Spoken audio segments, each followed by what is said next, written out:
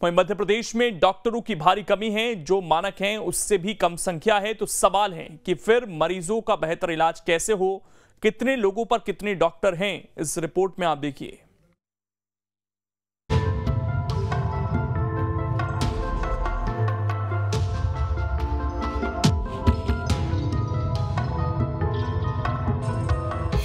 MP में डॉक्टरों की है भारी किल्लत, बेहतर इलाज में हो रही है दिक्कत।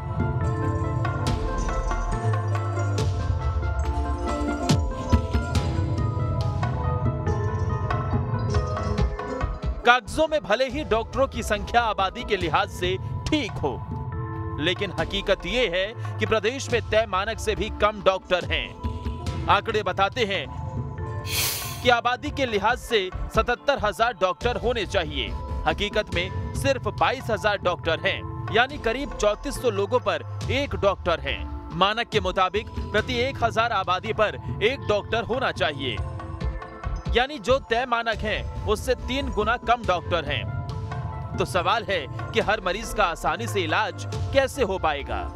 मध्य प्रदेश में स्वास्थ्य सेवाएं पूरी तरह बदहाल हैं। जहां 1000 लोगों पे एक डॉक्टर होना चाहिए, मध्य प्रदेश में 3,500-4 हजार लोगों के बीच में एक डॉक्टर है। सरकार में लगभग 50,000 स्वास्थ्य विभाग में पद खाली पड़े हैं। कोविड के समय जिन टेम्परेरी डॉक्टरों को रखा गया था उनकी भी सेवाएं समाप्त कर दी गई। मध्य प्रदेश सरकार स्वास्थ्य सेवाओं के मामले में बिल्कुल भी गंभीर नहीं है। इसका खामियाजा प्रदेश की जनता को भुगतना पड़ रहा है और स्वास्थ्य सेवाओं की बदहाली की वजह से प्रदेश की जनता को अपनी जान भी गंवानी पड़ती है। जब से माननीय मुख्यमंत्री जी शिवराज जी मध्य प्रदेश के मुखिया बने हैं, उन्होंने लोगों के स्वास्थ्य की चिंता की है और बेहतर से बेहतर स्वास्थ्य मिले, इसके लिए हमेशा प्रयास सरकार ने किए हैं।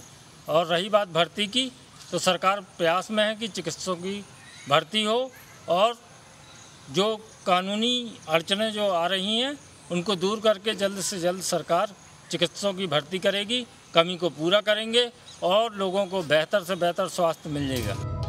अब सवाल है कि आखिर प्रदेश में डॉक्टरों की कमी क्यों है? तो दरअसल इसके कई कारण हैं। मसलन डॉक्टर प्रदेश से पलायन कर रहे हैं।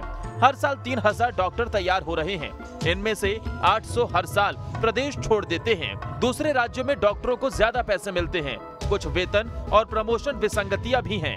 प्रदेश में सिर्फ 13 सरकारी और 11 निजी मेडिकल कॉलेज ही हैं। 10 साल में सिर्फ 8 नए मेडिकल कॉलेज खुले हैं। दूसरे राज्यों में 50 से ज्यादा नए मेडिकल कॉलेज खुल चुके हैं।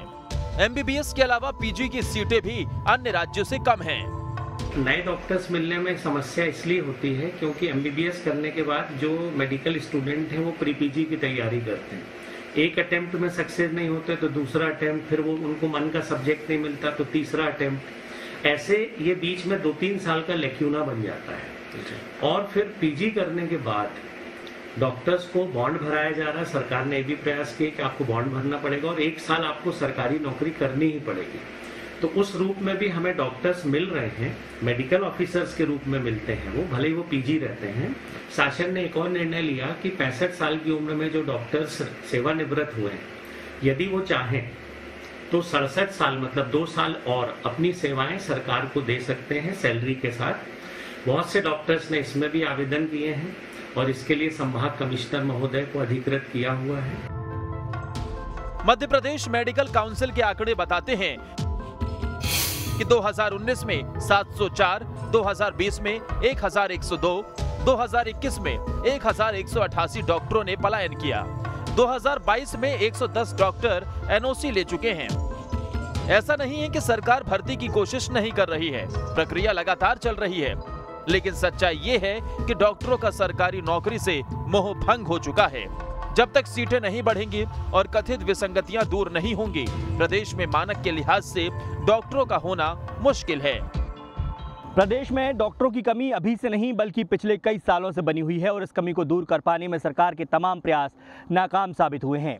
हर साल मेडिकल कॉलेजों से बड़ी संख्या में छात्र एमबीबीएस और एमडी की पढ़ाई करके बाहर निकलते हैं, लेकिन सरकारी डॉक्टर नहीं बनना चाहते हैं। वजह इसके पीछे बहुत सारी हो सकती हैं, लेकिन अब ज़रूरत यह है कि सरकार इन वजहों को तलाशे और डॉक्टरों की कमी को जल्द पूरा करे। Durgesh Kumar, team news state.